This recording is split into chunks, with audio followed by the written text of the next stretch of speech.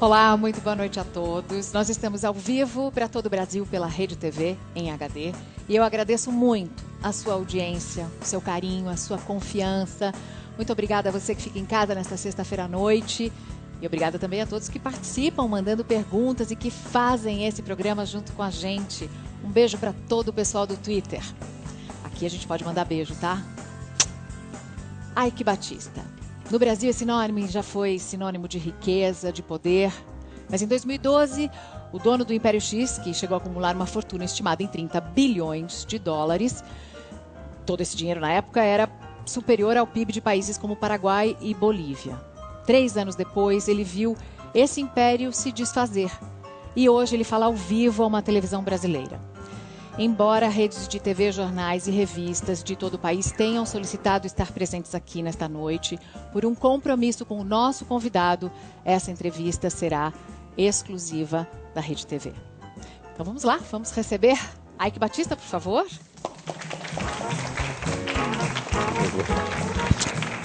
Esquerda, né? Por favor. Antes de começar a entrevista, a gente separa sempre alguns vídeos e algumas fotos para os nossos convidados. O seu primeiro vídeo é esse aqui. I'll be back. Você é um cara de frases de efeito, né? Mas roubou essa do Schwarzenegger e acabou ficando mais famosa aqui no Brasil como autor. You're back. I'm back. Só que como você ficou muito tempo sem falar, a gente vai ter que voltar um pouquinho no tempo, claro, até chegar à parte em que você está de volta. Então, primeiro eu quero agradecer essa camiseta que eu ganhei. Essa camiseta é bem recente, né? Recente. É recente. Tudo pelo Brasil foi uma hashtag que ficou nas redes sociais. Isso. Das pessoas que te apoiam. Perfeito. Por quê? No Rio de Janeiro. Acho que apoio porque vários trabalharam comigo, viram os projetos que nós colocamos em pé no Brasil. Eu imagino que você possa mostrar algumas coisas sobre esses projetos.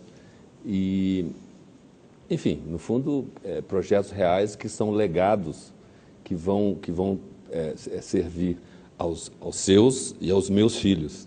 E é importante mostrá-los, porque foi investido muito dinheiro nesses projetos. Olha, acho que pouca gente tem noção que desde 2008, nós investimos 90 bilhões de reais, né? Essencialmente setor privado. Então, você vai ver, provavelmente, espero que você tenha algumas imagens desses projetos que são legados para o Brasil, para todos vocês. Antes, vamos falar um pouquinho da família, porque assim foi um longo período de silêncio e eu imagino também para preservar a família. O Thor recentemente deu uma entrevista a uma revista, disse que sofreu de depressão na época em que os negócios começaram a dar errado, que tomou remédios. E eu gostaria de falar com você sobre esse período também, porque você não falou ainda. Claro. Olha, quando você... Nas empresas que nós criamos, eu tinha 5 empresas listadas na Bolsa. E uma delas, a de petróleo, falhou. Ela, na verdade, foi quase que uma âncora. Ela puxou todas as outras empresas que tinham projetos extraordinários para baixo. É assim. Infelizmente, a exposição de 5 empresas foi algo inédito no mundo. Não tem algo igual no mundo. Ou seja, a captação de recursos para construir todos esses empreendimentos é algo que jamais foi feito no mundo. Nós conseguimos fazer, obviamente, pela ousadia dos projetos, pela qualidade deles. O petróleo não funcionou. E, na verdade, por ter construído 12 minas, né, 10 de ouro, mundo afora, 2 de minério de ferro, você fica meio autoconfiante demais. E quando eu fui encarar o petróleo, achando que, como eu tinha ganho áreas na bacia mais rica do Brasil, que é a Bacia de Campos. Bacia de Campos, exatamente, onde a taxa de sucesso da Petrobras chegou a ser 63%, ou seja, de cada 10 furos que você fazia, 6,3 furos você acertava petróleo. E, de fato, nós encontramos petróleo. Só que a produtividade desses campos foi 1/4 do que a gente previa. Mas teve petróleo. Tem petróleo. Só que se ele não sai, se as rochas são complexas, isso é do business, né? É do setor. E aí eu posso até falar que, curiosamente, as perspectivas que se falava do pré-sal da Petrobras, se imaginava que os campos iam produzir X e hoje eles produzem 3X. Tanto que a Petrobras tem um recorde mundial de produzir mais de 700 mil barris num prazo curto. Teria sido diferente para você se você tivesse conseguido um dos blocos do pré-sal?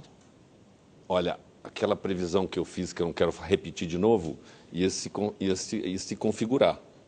Porque eu, nesses 5 anos na OGX, nós furamos 110 poços.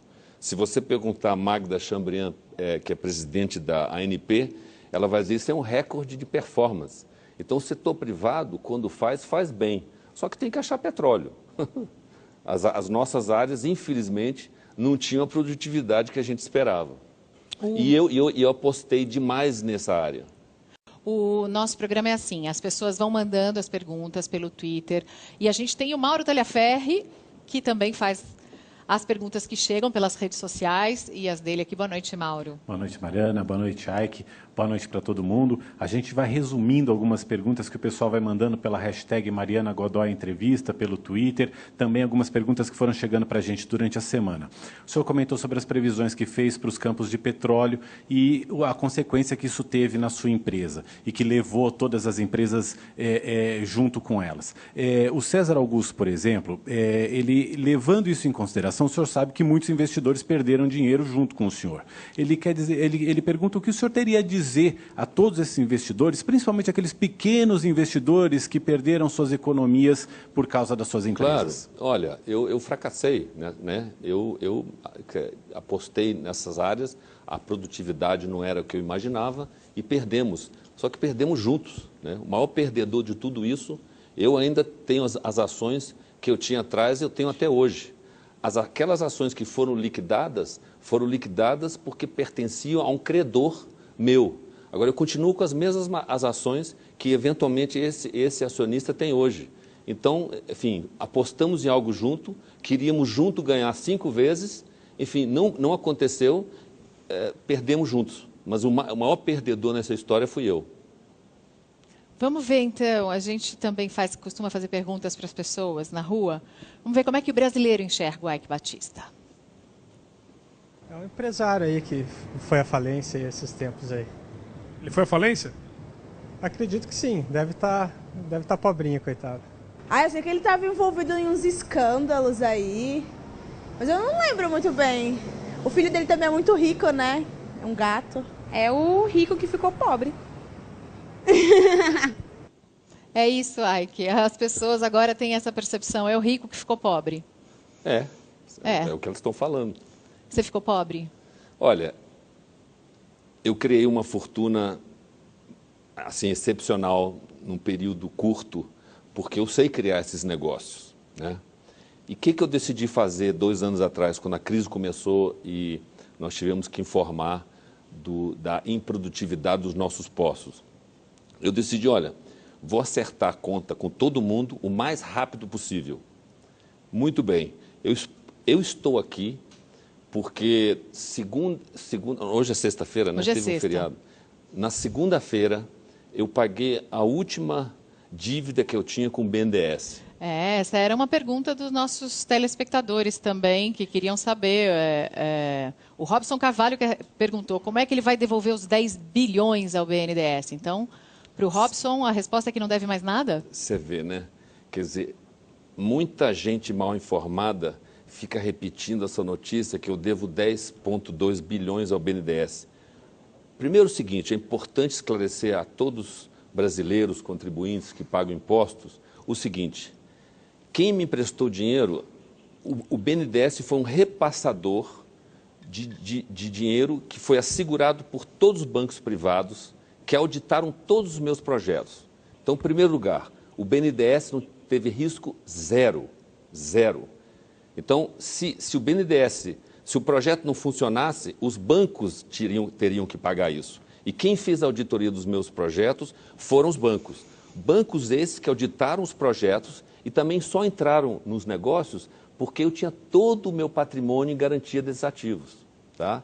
Então, é como qualquer um de nós, qualquer brasileiro que pega empréstimo para comprar uma casa, na hora que você tem uma dívida, você vai, eventualmente, você vai ter que botar todos os avais de todos os seus bens para pagar essas dívidas de volta. Sobre essa informação da dívida com o BNDES, a gente tem até uma manchete, acho que é do mês passado, uma notícia que saiu com a declaração do próprio Luciano Coutinho, que disse que as empresas X não deviam, que não houve perdas para o BNDES das empresas X. É a pessoa mais qualificada para falar isso. Espero que parem com isso. Eu não devo nada ao BNDES. A vocês, contribuintes, I'm sorry, eu não devo nada. A gente daqui a pouco vai... Ponha o que é a pergunta das pessoas na rua e a gente já mostra essas manchetes. Então, Eike, fala aí para a galera poder tirar essa dúvida. Os seus bens foram apreendidos. E hoje, qual que é a sua situação? Se ele acha justo o que ele fez com todas as pessoas que compraram ação e que perderam tudo que tinha, acreditando no sonho mentiroso que ele vendeu.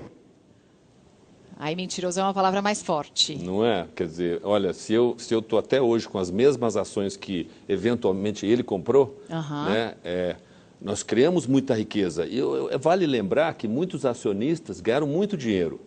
Não sei se vocês sabem, essas empresas, 70% do capital foi capital de estrangeiros, né? E muita gente vendeu as ações também. Então teve muitos que ganharam muito. É aquele negócio, você está na bolsa porque você quer ganhar sempre muito mais. Essa é a história verdadeira. Mas para alguém ganhar, sempre tem que alguém perder. Não necessariamente. Não, tem empresas que continuamente crescem, né? Se eu citar a Apple para você, é uma empresa que, se você ficou com ela 5, 10, 15, 20 anos, todo mundo ganhou dinheiro constantemente. Foi um crescendo, né, constante. Eu não opero na bolsa, que eu não tenho sobrando assim para tanto. Mas já que as pessoas têm essa... A moça quer saber como é que você está hoje. E eu perguntei se você tinha ficado pobre. Na verdade, como foi notícia em todo lugar a apreensão dos bens, eu acho que isso é que acabou mexendo um pouco mais com o imaginário das pessoas. Claro. Porque um dia você acordou muito cedo com policiais à porta da sua casa, levando seus carros, relógios... Telefone celular, eu sei. Estávamos trocando mensagens pelo WhatsApp e eu perdi o contato. Sumiu. Então, alô, Polícia Federal, estava atrapalhando aqui a entrevista em andamento. Demorou meses para conseguir seu telefone de novo. É uma invasão à privacidade. Eu quero saber qual foi a sua reação naquela hora. É uma pergunta horrível de fazer, mas como é que você está se sentindo? Não, olha, se você tem a consciência que sempre fez a coisa certa e fala a verdade, sabe, aquilo foi uma surpresa, né? O cara te invade a sua casa de manhã cedo, eu declarei suspensão ao juiz, o juiz ficou furioso, né? E atacou com todas as armas que tinha, enfim, graças a Deus a justiça foi feita logo em seguida. Então, teve, digamos assim, um abuso, mas também, logo, rapidamente, a justiça se corrigiu e entregou os bens de volta. Quando você fala rapidamente, pelo menos um mês se passou, né? Tudo bem, mas um mês não foi muito legal, não. Qual foi a sensação quando você ficou sabendo que o juiz estava usando o seu carro? Olha, eu acho que todos os brasileiros iam se sentir violentados, né? Acho que esse abuso de poder não pode acontecer com nenhum brasileiro. Então, se fizeram comigo, imagina o que fazem com o resto dos brasileiros. Então, eu acho que bom, se eu fiz alguma coisa pedindo a suspeição dessa pessoa, porque ele já foi muito agressivo, ele não aceitava a defesa.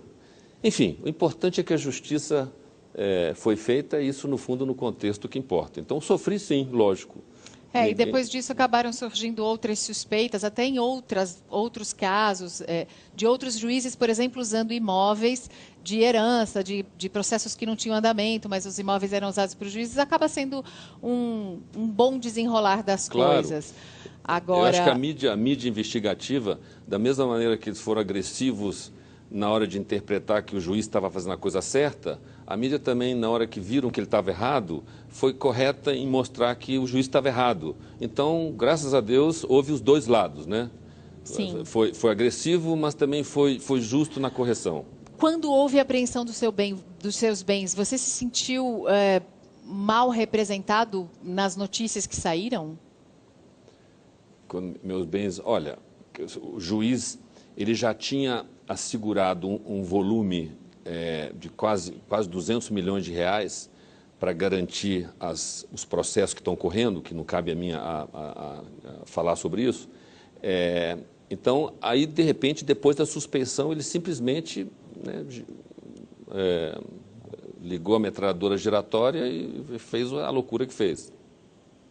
Então, aí óbvio que foi... Não, e saíram muitas informações desencontradas também, a de que você tinha um ovo Fabergé de alguns milhões. A gente tem até uma foto, eu acho, do juiz com o ovo Fabergé. Quer dizer, esse tipo de exposição... Olha, eu tenho alguma coisa... Todo mundo quer ficar no meu lugar, né? É um negócio assim, executivos que são meu braço direito. Essa é a foto que o a juiz... gente tem, ó. Ah, perfeito. Então, vou mostrar aqui para você, ó. Olha aqui, ó.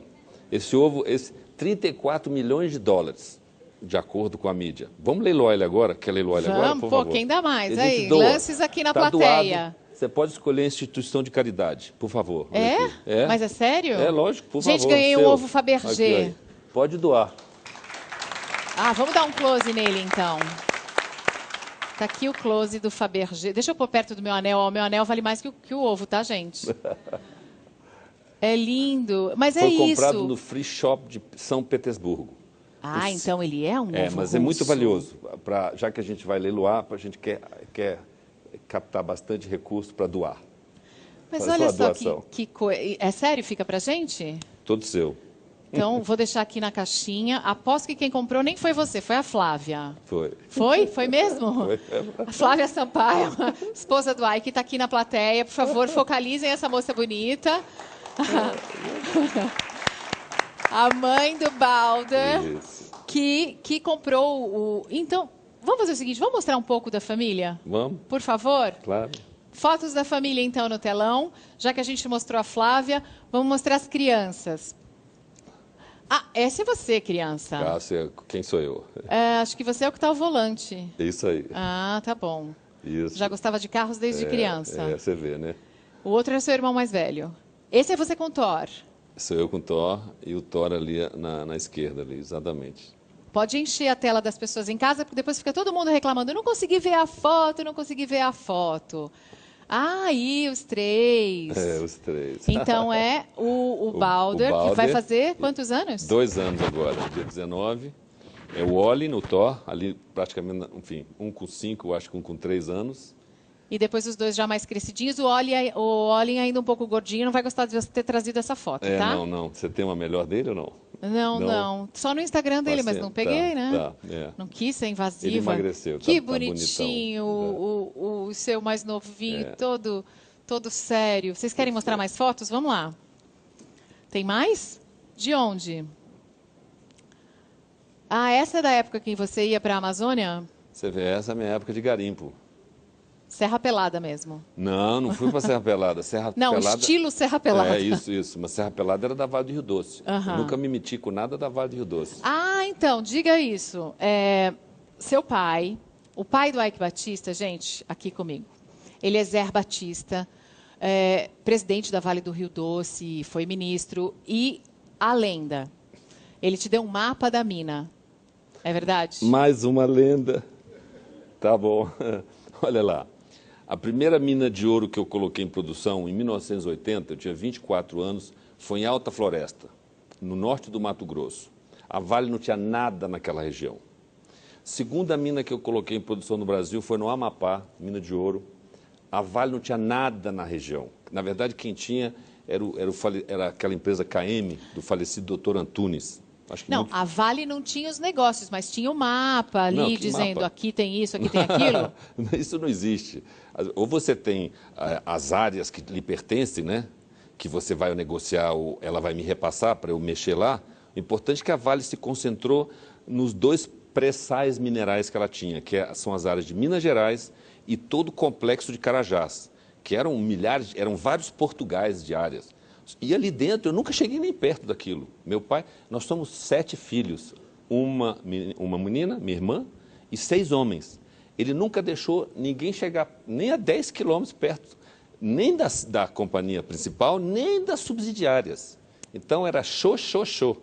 Então olha, isso aí. E aí, só para continuar nas minas, a terceira, eu fui convidado pela multinacional inglesa, Rio Tinto, e construímos juntos uma mina, a maior mina do Brasil de ouro, que está em Paracatu, Minas Gerais, é a maior mina de ouro até hoje no Brasil, convidado para uma multinacional. Quer dizer, eles viram, esse Batistinha aí, ele gosta de ouro, vamos chamar ele para ser sócio. A quarta mina foi uma mina no Chile, porque o Brasil não é muito rico em minas de ouro, né? Então você começa, já que eu virei uma mula, só queria procurar minas de ouro, eu fui atrás de minas de ouro mundo afora. Por isso que eu fui para o Chile, construí 2 minas no Canadá, fui para a Grécia, Rússia, enfim, aí dei a volta ao mundo, exatamente fugindo do meu pai, porque nada perto da Vale podia ser feito. Mas você, nessa relação com o seu pai, você disse que seu pai te ensinou a pensar grande. Você fazia muitas coisas e um dia, quando você largou a faculdade de engenharia, ele foi contra e te ofendeu. É, bastante. O que ele falou? Ele meio que deu assim, uma bela pancada na mesa, estava meu irmão e uma outra pessoa que trabalhava comigo, e falou, olha, eu vou lhe dar um diploma de idiota. E aí eu acho que você fez de tudo para provar para ele que ele é que estava errado. Eu fiquei assim, quase uns 8 anos sem conversar com ele. Bom, então não podia ter informação privilegiada nesses 8 anos de distanciamento. É difícil, não encaixa, né? Não funciona, isso aí não encaixa. O que é essa foto que a gente está mostrando? Olha, são máquinas que minha primeira mina lá no Amazônia, no Mato Grosso, construindo uma estrada para acessar a mina. Temos outras? Quer dizer, você já disse isso, que gosta de construir do zero, pegar do zero e não comprar uma coisa que já existia. Não. Eu sempre Você continua pensando assim? Olha, eu não gosto de fazer puxadinho. Puxadinho me irrita profundamente, porque acho que o Brasil tem muito isso, né? Tudo que se constrói dura um ano, né? O cara asfalta uma estrada e um ano está... O Brasil tem que se redesenhar nisso. A gente tem que fazer... Os empreiteiros que constroem, eles têm que ser responsáveis por 10 anos pelaquela estrada. Entendeu? Então, esse conceito de fazer do zero, fazer certo, para durar 200 anos ou mais, são os projetos que eu faço, que não são PowerPoints. Ah, que não são PowerPoints. Então a gente vai mostrar... Mauro, você foi visitar um PowerPoint do Ike, não foi? Visitei um suposto PowerPoint que saiu do papel. Eu fui visitar o Porto do Açu, que fica em São João da Barra, no litoral fluminense, no litoral do Rio de Janeiro. É um projeto imenso que está lá, está funcionando, está operando. Inclusive, ele é considerado até pelos críticos do Ike Batista como um legado das empresas do Ike Batista. Então, a gente foi visitar para ver como é que é o Porto do Açu, lá no Rio de Janeiro.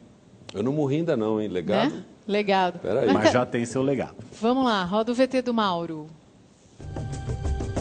O Porto do Açu foi pensado para atender setores da economia que movimentam grandes volumes e, por isso, precisam de navios e estruturas gigantes. São 90 quilômetros quadrados, com capacidade prevista para receber 47 cargueiros simultaneamente. O Açu fica em São João da Barra, norte fluminense, perto dos principais campos de petróleo do país. Também está ligado à mina de Conceição do Mato Dentro, em Minas Gerais, pelo maior duto do mundo para minério de ferro. Uma tubulação subterrânea com 529 quilômetros de extensão. O duto leva o minério diretamente para o terminal externo do porto, capaz de receber os maiores navios de carga do planeta e com profundidade que poderá chegar aos 23 metros. O outro terminal do Açu é interno. Uma enorme operação de dragagem criou um canal artificial de quase 7 quilômetros de extensão, 300 metros de largura e 14 metros de profundidade. O futuro planejado para o Açu é de um complexo industrial, que deve empregar cerca de 50 mil pessoas. 90% da área ainda serão negociados para a instalação de empresas. Hoje, há 6.000 trabalhadores no local, atuando na operação do porto, nos canteiros de obras e nas 5 empresas que já se instalaram no complexo. Aike Batista é o idealizador do Porto do Açu, projeto que começou a sair do papel há 7 anos, tocado pela LLX. Com a crise, ele repassou o controle da empresa a um fundo americano.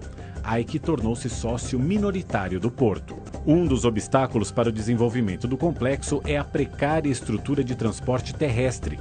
2 ferrovias previstas pelo governo federal podem beneficiar o porto: a ligação entre Anápolis, em Goiás, a Campos, no Rio, e o trecho entre Vitória, no Espírito Santo, e o Rio de Janeiro. Essas ferrovias permitiriam ao porto investir no transporte de grãos, bauxita, veículos e contêineres. Atualmente, o que está a pleno vapor é o carregamento de minério de ferro. O metal que chega pelo mineroduto fica estocado em grandes pátios à espera de ser embarcado. O minério de ferro sai do pátio de estocagem, que fica lá na outra margem, a perder de vista, e segue por essa esteira, que tem aproximadamente 7 quilômetros de extensão. Ela segue por aqui até chegar naquela ponte ali, de onde o minério de ferro é despejado no navio. Desde outubro do ano passado, quando esse terminal entrou em operação, cerca de 2.500.000 toneladas de minério de ferro já foram carregadas em navios.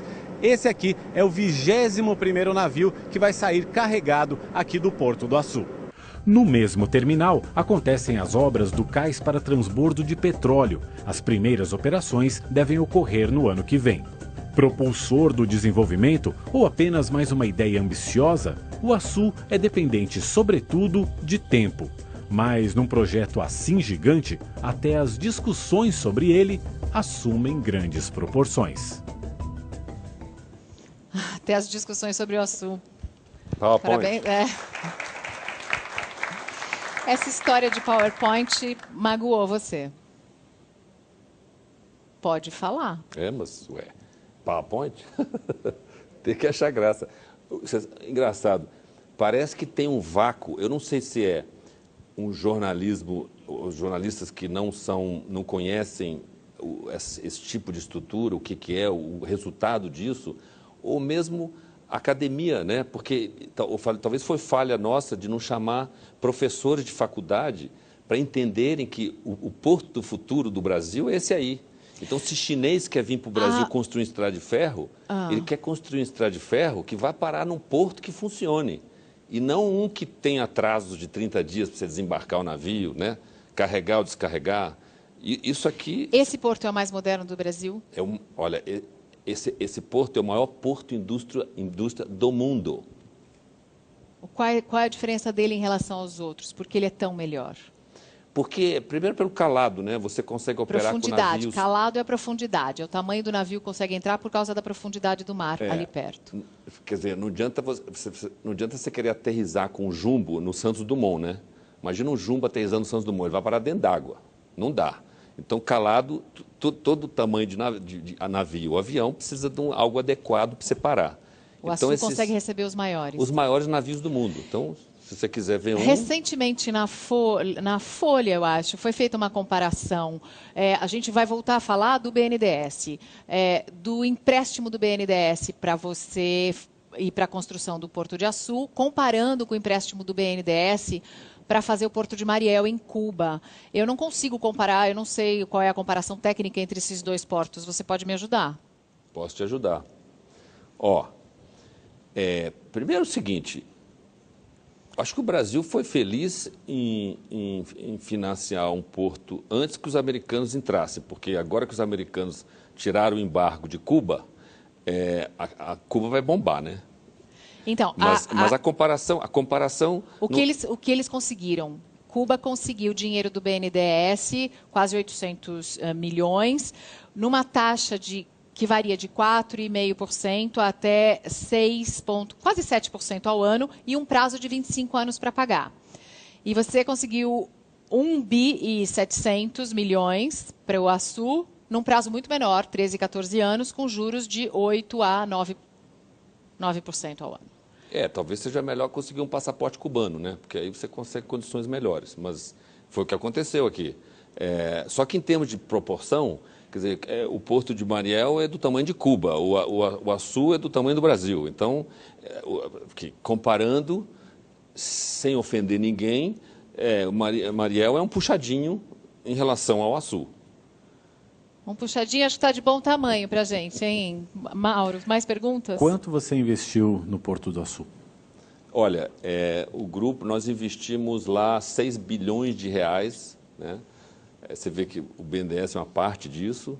E empresas, hoje no total nós temos 60 bilhões de reais investidos entre as 12 empresas multinacionais, né? E nós somos, na verdade, o catalisador para que essas empresas se instalem.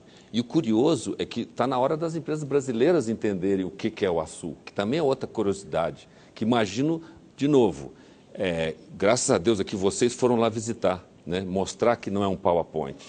E isso vai despertar, você vai ver, vai ser curioso. Eu tenho certeza que empresas brasileiras vão querer visitar o Açu, só por essa matéria. O Luiz Gustavo Giordano quer saber como é que estava o andamento do Açu, a gente mostrou, mas quais são as metas a curto prazo e o que os investidores podem esperar para o primeiro trimestre de 2016. Olha, eu não vou falar de previsões, porque isso já me colocou em situações complicadas. Até porque os seus óculos continuam sendo cor-de-rosa?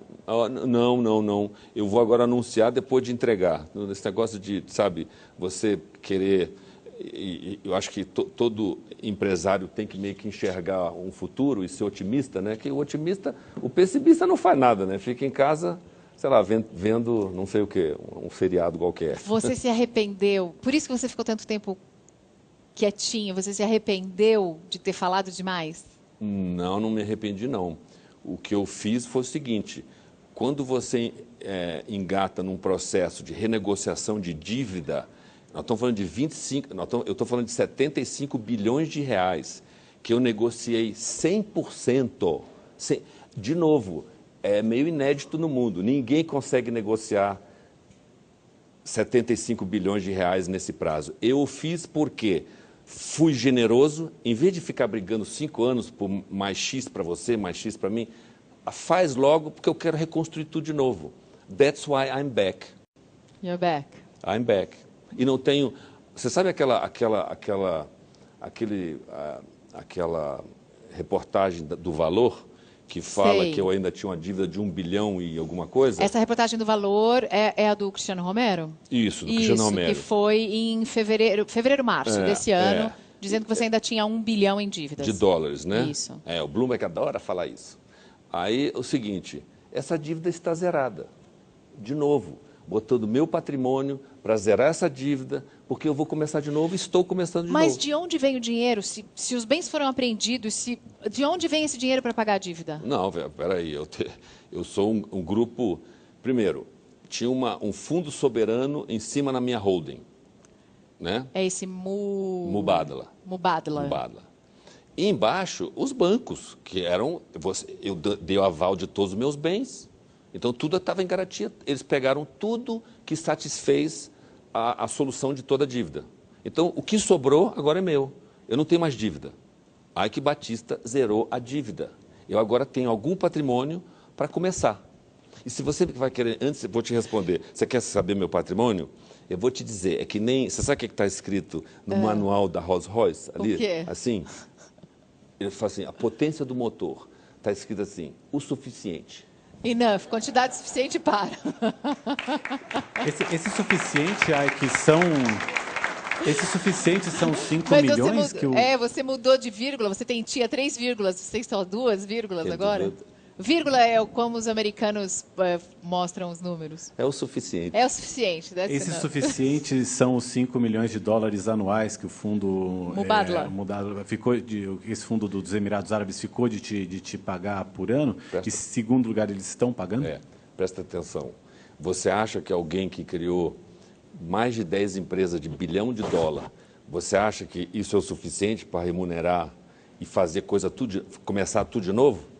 Quais são? Você achou que eu ia perguntar do seu patrimônio? Não ia. Eu ia perguntar o que você vai fazer agora. You're back. O que você está fazendo agora? Olha, vamos esperar a nossa próxima declaração de imposto de renda no final. Quando é que é? É março ou abril do ano que vem? Ai, Mas você não vai falar qual é o próximo que eu estou negócio? Fazendo?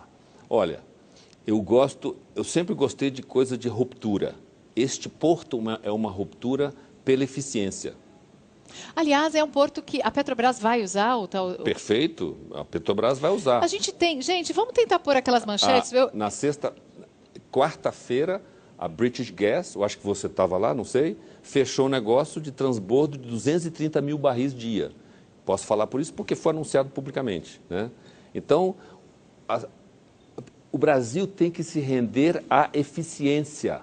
Esta é a palavra mágica. Coisas que foram planejadas de longo prazo, tá certo? E tem que ser barato, o barato eficiente, concorda? Então, a escala do Açu vai dar um choque de eficiência para toda a operação do pré-sal do Brasil, que é gigantesca caso o petróleo se mantenha nesses 60 dólares, 65 dólares que está hoje. Aí realmente nós vamos estar bem, porque, como eu estava falando antes, a produtividade do pré-sal é uma bênção de Deus. Enfim, a Petrobras aí tem um ativo importante. A gente tem muitas perguntas dos nossos telespectadores. Pode mandar. A Ismênia Araújo acha que você... Ela quer saber de você como é que é ver os próprios brasileiros perseguindo um empresário brasileiro que investe no país. Ela acha que você é uma vítima do julgamento rápido dos brasileiros. Você se considera uma vítima? Sabe, eu vou mudar a pergunta. Você se sente injustiçado? Sinto, sim. Sinto. As pessoas entenderem o porte desses projetos. Você não falou da energia elétrica. Eu posso afirmar para você, checa na ONS, checa no Ministério de Minas e Energia. A gente tem fotos de duas termoelétricas, mas pode falar sobre elas. Sim, se elas não existissem, são 3.000 megawatts. 3.000 megawatts. Essa é qual? Essa em Pecém. Ceará. No Ceará. Olha aqui, isso aqui não estaria ligado hoje, hein? As suas termoelétricas ajudam a fornecer energia? Para o Brasil, para o sistema nacional, né? 3.000, quando falam de Giral, isso aqui é maior que Giral. As plantas que eu construí no Ceará e no Maranhão, em São Luís e no interior do Maranhão, com gás que eu descobri no maior campo de gás em terra. E isso ainda é seu?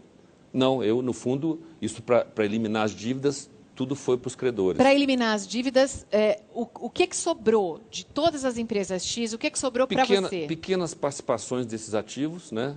E, enfim, recursos para eu recomeçar, é o que eu estou fazendo. Se você se sentiu injustiçado, eu imagino que se 5 milhões é pouco, você faz parte de uma classe social que pode muito bem mudar para Miami amanhã, como muitos fizeram. Por que você não saiu do Brasil? Você já pensou nisso? Seus amigos te disseram isso? Daqui eu não saio, não. Porque, olha, os meus Tori e Olin são apaixonados pelo Brasil e o Baldo não sabe ainda se ele é ou não é, mas vai ser. Então, olha, eu no ano 2000, de uma maneira muito consciente, decidi, olha, eu vou gastar toda a minha energia no Brasil para consertar o que for consertável e onde eu sou bom. Então, nessa área de geração de energia, logística, é difícil competir com os projetos que a gente botou em pé. Bom, então... E o triste é que ninguém sabe, quer dizer, tem um vácuo aí, um buraco negro, que, graças a Deus, vocês estão abrindo a porta para que isso seja mostrado no Brasil e vocês vão provocar outros, com certeza. Você já acabou respondendo a pergunta do Anderson Martins, que queria saber se era possível criar um empreendimento no ramo logístico sem ser atingido pela crise ou pela maneira como as coisas são feitas aqui no país. Na verdade, o Açu foi feito para todos os brasileiros, empresas brasileiras e estrangeiras. Use o Açu, não queira construir um novo. Esse negócio do Brasil de construir 10 estaleiros, né, nós vamos fechar 9, 8. Que tristeza, né? Quer dizer, é uma falta de entendimento do que deve ser feito, onde se deve concentrar recursos e fazer... A gente podia ter feito 2 melhores estaleiros do mundo, com a melhor tecnologia japonesa ou coreana. Eu, por exemplo, no Açu trouxe os coreanos. Eu gastei 200 milhões de dólares para comprar tecnologia coreana para levar para o Brasil e fazer disso, em vez do ITA, o ITN, Instituto Tecnológico Naval, que ia nascer dali, tá? E estava esperando, obviamente, fabricar as sondas e os equipamentos para a OGX, o meu petróleo, mas também para fornecer para outros. E esperava ganhar algumas sondas, dessas sondas que a Petrobras encomendou. Eu não levei nenhuma. Então, falam que eu sou empresário... né? Empresário do PT. Você não é um empresário do PT? Olha, eu sou empresário do Brasil. Sempre fui. Minha família, olha, meu pai sempre nos ensinou a ser apolítico. E eu tenho operações no estado do Ceará, que é o Cid Gomes, que é do PSB, né? Tanto partido 32 que partidos. Eu me confundo um pouquinho, me desculpem. Em Minas Gerais, da Anastasia, e PSDB. antes do Anastasia, do PSDB, o senador Aécio. Então, nós temos projetos em todos esses estados. Eu lá tenho que ser de algum partido? Tá certo? E se fosse, estaria eu nesse problema? Mas é porque as pessoas acreditam que você tenha sido favorecido durante o governo Lula e Dilma, durante o governo PT. Se tivesse me dado os 10 bilhões de reais do BNDES, eu até diria que sim. Bonito. Não levei nada. Ou um bloquinho do pré-sal? Ou um pedaço do pré-sal. Imagina meus 110 furos que eu furei se eu tivesse furado o pré-sal. Olha, eu garanto a vocês que teria mais 300 mil barris de produção para o Brasil. Quanto no final você recebeu mesmo de fato do BNDES? Do BNDES, de novo, o dinheiro o Tesouro repassa ao BNDES literalmente a custo zero. Ele vai e empresta as taxas que você falou ali. Então, tudo que ele ganhou nessa diferença, o BNDES, essa história que perdeu comigo, o BNDES ganhou comigo. Vai lá no balanço. Tem um negócio chamado BNDES transparente. Está né? nessa transparência, Por favor, no mundo da internet, se informem. E não deixem os desinformados desinformá-los. A gente tinha essa manchete aqui, eu não sei, eu pedi, quando estiver pronta, Mauro. Deixa eu aproveitar para fazer uma pergunta que está chegando, que é bastante, é uma questão que é feita constantemente, que é em relação ainda a dívidas, que é a questão desse put não realizado na OGX, que seria da casa aí de mais de R$1 bilhão. Por exemplo, o Ismael Carvalho, ele pede para que você esclareça essa questão, por favor. Claro. Olha, a OGX tinha uma dívida de 5,7 bilhões de dólares com os credores. Esses credores, passaram a ser os maiores acionistas da companhia, né? Eles na verdade, controlam a companhia. E eles cancelaram o meu put por essa negociação. Eu não fiquei negociando anos com eles. Eu aceitei todo o pedido do credor, que no fundo é ele que manda nessa hora, né? Ele que é dono, né? É que nem qualquer cidadão comum que tem uma dívida com o banco, infelizmente é o banco que acaba mandando em você. Você vai ter que entregar o que você se comprometeu. Eu entreguei assim de uma maneira muito rápida. Então, nos Estados Unidos, e eram credores estrangeiros, não é vergonha você fracassar. O que é vergonha é você não negociar de peito aberto, né? De kimono aberto. Foi o que eu fiz. Isso foi compreendido. E nesse contexto, a put foi cancelada. Tão simples quanto isso. Você disse que não deve para ninguém. Alguém deve para você? Se alguém me deve? Deixa eu ver. Não pensei nisso. Você sabe que quando olha, talvez, vou te dizer, talvez os mais de 100 executivos que trabalharam comigo, que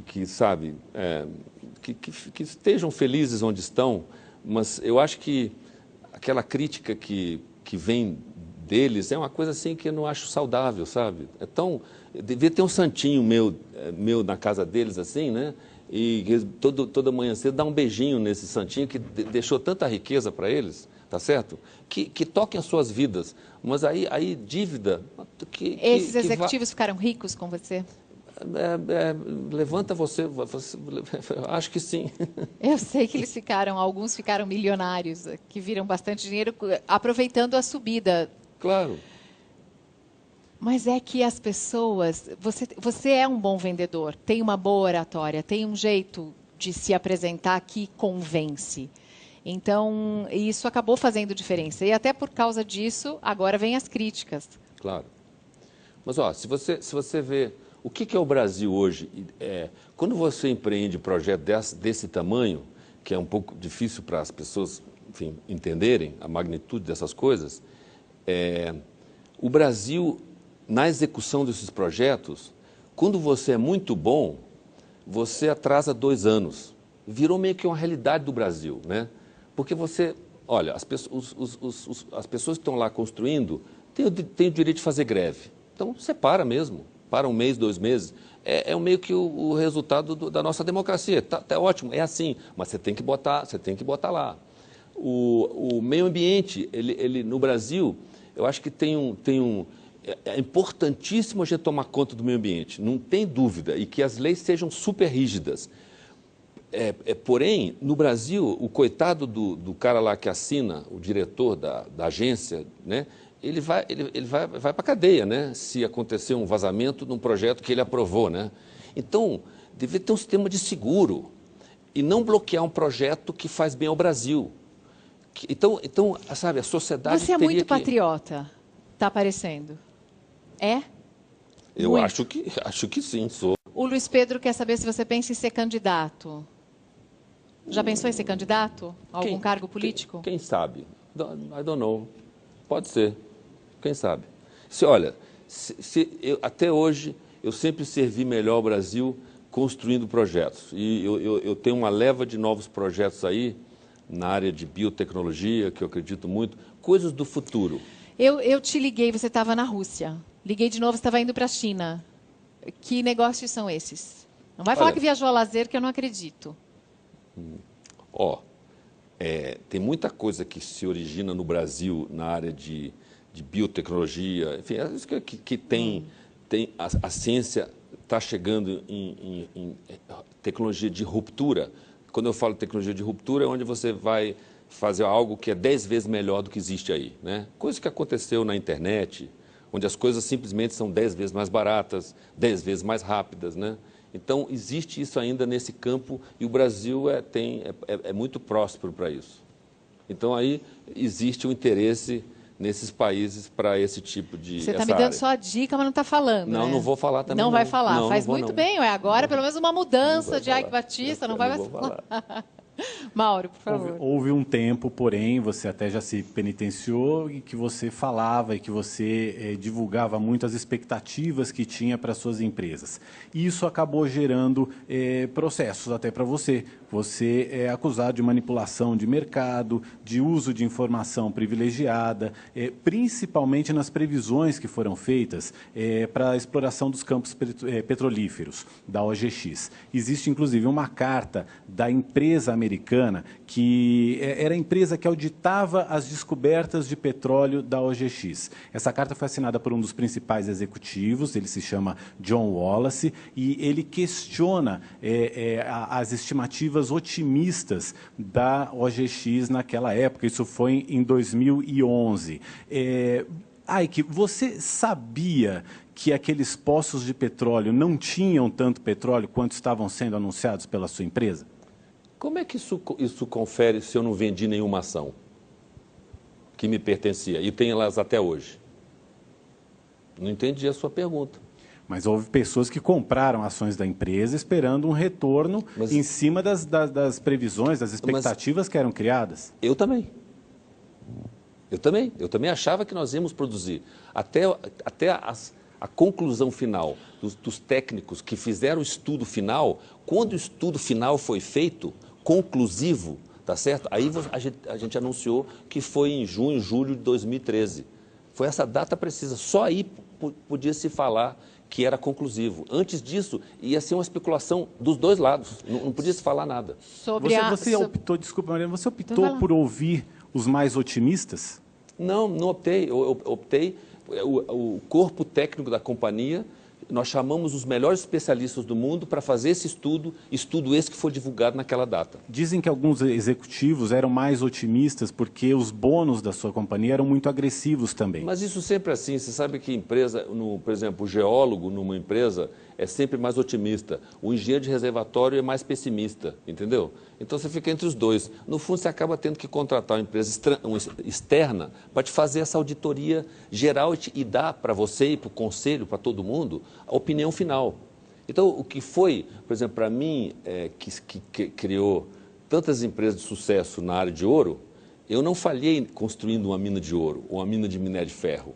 No petróleo, eu infelizmente investi muito, a maior parte do meu patrimônio, e a produtividade não veio. Nós achamos petróleo, né? Aí inclusive, só para te dar uma ideia, vieram na época ideias assim, possibilidades de você, da mesma maneira que fazem o craqueamento do gás de xisto nos Estados Unidos, você explode a rocha, você eventualmente craquear a rocha para liberar o petróleo. Só que você, a 400 metros abaixo d'água, você não faz isso, porque imagina começa a vazar petróleo. O problema que aconteceu com a Chevron. Então, existia inclusive várias possibilidades técnicas que foram sugeridas, só que ninguém queria correr esse risco. Que aí é um risco ambiental que ninguém ia, né? Aí era um desastre, aí, né? Era insuportável. Mas, no fundo, o final dessa história é que a palavra final foi dada pela empresa que foi contratada, pela administração, pelo conselho, para dar a pedra final, que foi, e eu aí não vendi minhas ações. Eu estou na mesma posição que o acionista. Só para lembrar, quando o governo do Brasil, em maio de 2013, 2 meses antes, fez uma nova rodada, a 11ª rodada, a OGX ganhou blocos em parceria 50-50 com a Exxon e com a Total, 2 multinacionais extraordinárias. O que eu ia achar da minha equipe técnica? Poxa, e ouvia dos estrangeiros, pô, sua equipe técnica é extraordinária. Você trouxe muita gente da Petrobras. E ganhamos. Ganhamos blocos na 11ª rodada, isso 2 meses antes desse relatório. Aí se você tivesse sentado lá comigo, pô, eu sou sócio agora em blocos junto com a Exxon, maior petrolífera do mundo, e a Total, a maior petrolífera francesa. O que você ia dizer? Você ia desconfiar do seu pessoal? Não, desculpa. Agora o relatório veio, foi anunciado. E eu estou na mesma posição que infelizmente, que esse acionista que junto comigo apostou, ele apostou comigo que a gente podia ganhar talvez 5 vezes, 10 vezes o dinheiro que a gente investiu. Senão eu não ficaria, eu teria vendido minhas ações. Então, eu, sinceramente... Você é um capitão que ficou dentro do navio e o navio afundando, perfeito, e você ficou no navio. Perfeito, perfeito. Fiquei lá até o final. Estou lá até hoje. Estou lá até hoje. Curioso? Então, é muito fácil, né? No Brasil, sabe, eu sou notícia para qualquer tipo de coisa, né? O Fabergé, que vale 34 milhões de dólares, quer pagar 34 milhões de dólares nesse ovo? Não. Dou 10 agora. De dólar? 10 real. É um negócio assim, comigo tudo vira gigante, né? Tudo extrapolado de uma maneira, enfim, superlativa. Então é assim, eu sou um animal meio, né, um panda tropical, sei lá. Você chegou a ter um patrimônio de 30 bi. E quanto faturava? É que era muito desproporcional a isso. Esse foi o problema? Não, não é assim. Você quando investe em projeto de longo prazo, você fica investindo 5, 6, 7 anos. Essa cultura também não se tem no Brasil, né? E depois, de repente, você faz assim. A cultura no Brasil é o quê? Mais imediatista? É lógico. Você bota um gado no pasto e em um ano tem um bezerro. Aí você já ganhou dinheiro com bezerro. Você vai plantar cana, você colhe em um ano. Você precisava de mais tempo? Ah, 100%. Se você me perguntar, um dos meus erros foram ter criado um fundo nessa época para meio que comprar as ações, né, para elas não derreterem, porque o mercado de capitais ele cobra o resultado trimestral. Aí você tem um atraso de 1, 2 anos no seu projeto, afunda tudo. Você pode ter o melhor projeto do mundo. O mercado de capitais é esquizofrênico, ele te pune na hora. E ele é bastante emotivo, né? Saiu uma coisinha ruim, afeta todo o resto. É lógico, enquanto você está investindo. Eu brincava, né? Essas termoelétricas que você viu ali, custaram, a do Ceará, nós investimos 6 bilhões de reais. Ela só começa a gerar 1 watt de energia na hora que está tudo pronto. Aí você fica lá 6 anos investindo. Enquanto você não liga aquilo tudo, tem 6 bilhões investindo. Enquanto não liga, você não leva choque em lugar nenhum. E no balanço lá no trimestre, na Bolsa, prejuízo. Espera aí, prejuízo? Olha o curioso, no caso específico da energia, essas plantas tinham 20 anos de energia vendida na frente. Tinha recebíveis de 20 bilhões de reais. E ninguém aguentava, não aguentou o atraso desse período. Que cultura é essa? Estamos fritos, né? Quando você faz a coisa certa. Olha, o certo não dura um ano só, não. O grande, vocês me desculpem, não é assim que funciona o mundo real. Então, essa cultura de não entender o atraso, né? E aí se eu tivesse dinheiro de private equity, né? Tanto que tudo que eu fizer agora, eu não vou buscar dinheiro em bolsa. Não, de fundos privados de investimento. Fundos soberanos, fundos privados. Esses fundos ficam com você 10 anos. Você não vai mais abrir nenhum capital? Você não vai mais abrir a capital das suas empresas na bolsa? Olha, só se a gente criar algo assim excepcional e me insistirem muito, who knows? Ike, você acredita, é uma das perguntas que veio pelo Twitter, eu queria até achar de quem veio, mas assim, o Denis Mori quer saber o que foi que deu certo no meio de tanta coisa errada, mas tem outra, que eu não sei, eu não vou achar de quem foi, deve estar no telefone, já está sem bateria, que ele pergunta, você acha que a corrupção que havia na Petrobras prejudicou o seu negócio? Olha, eu não ganhei sondas para botar no meu estaleiro. Eu não usei as grandes empreiteiras que estão aí para construir meu estaleiro, meu porto, né? O Açu, que o Mauro foi visitar, foi construído por empresas espanholas, que até trouxeram tecnologia nova, né? Aqueles blocos gigantes, né? Não sei se você viu. Eu diria que sim. Mas você se associou com a Odebrecht no consórcio do Maracanã? Ah, sim. E depois saiu? Mas eu trazia o conteúdo. Eu tinha uma empresa chamada IMX, que tinha aquela empresa IMG, que é americana, que patrocinava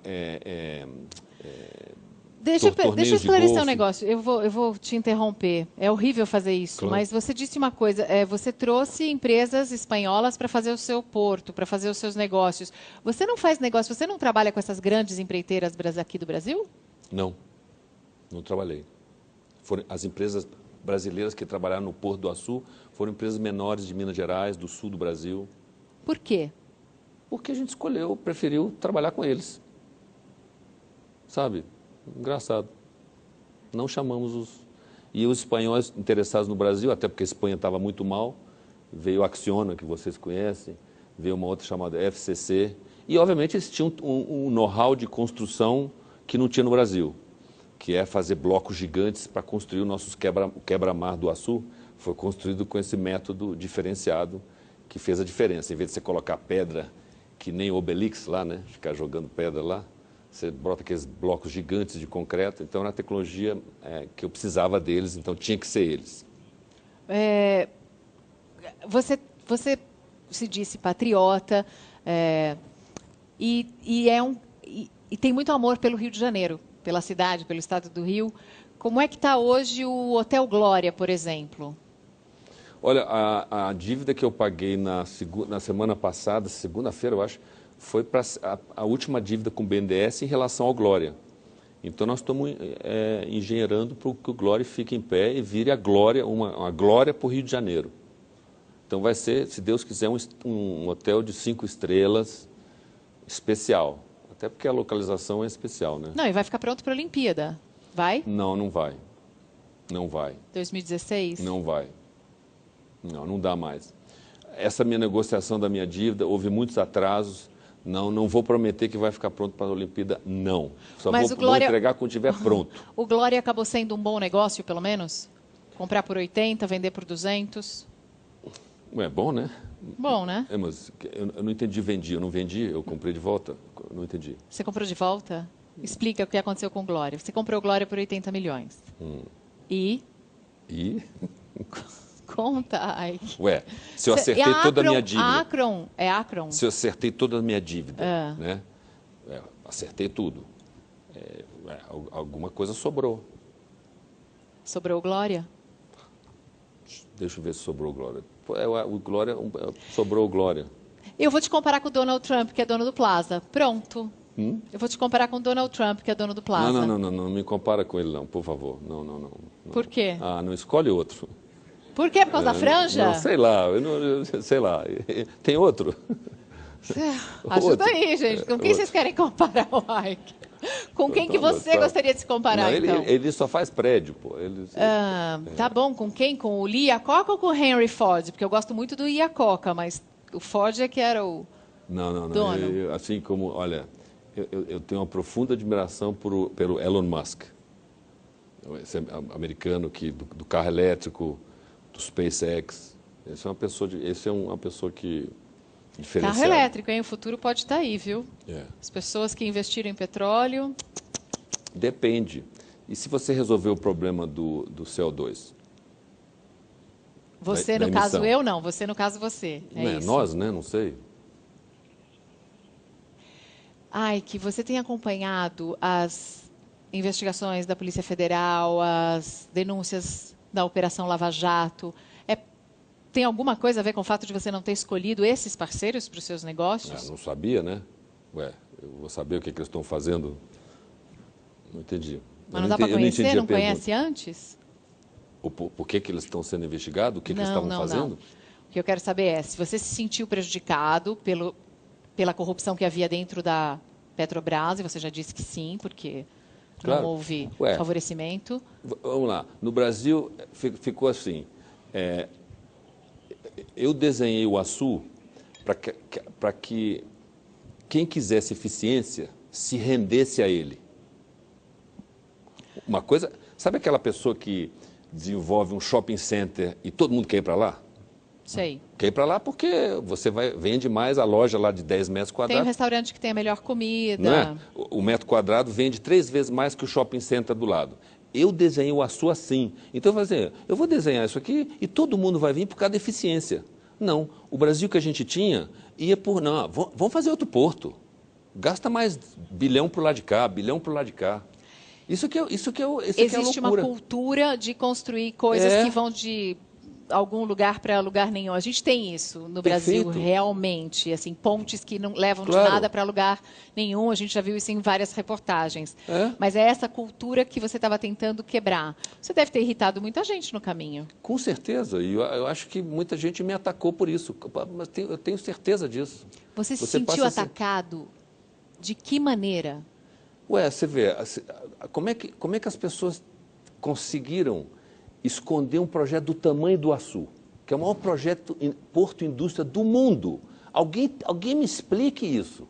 Como assim esconder? Esconder. Vocês não conheciam, desculpa, vocês são pessoas... Fica longe.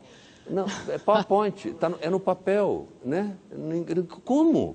As termoelétricas no Ceará... Meu Deus do céu, aquilo ali... Olha o tamanho daquela geringonça. A torre Pode jogar lá de novo as imagens, se vocês quiserem. É um negócio assim, inacreditável. Então, sabe, eu não pago, eu nunca paguei... eu não faço propaganda em jornais, tá certo? Nunca fiz. Bom, a propaganda é a alma do negócio, né? Tudo bem, mas se você está construindo a coisa certa, você tem que apostar... Que nem o cara que faz o shopping center, cara. O cliente vai vir pela eficiência. E a minha eficiência... Eu vou te dar um exemplo. Por que o British Gas, você estava lá, assinou o contrato depois de 1 ano de pesquisa?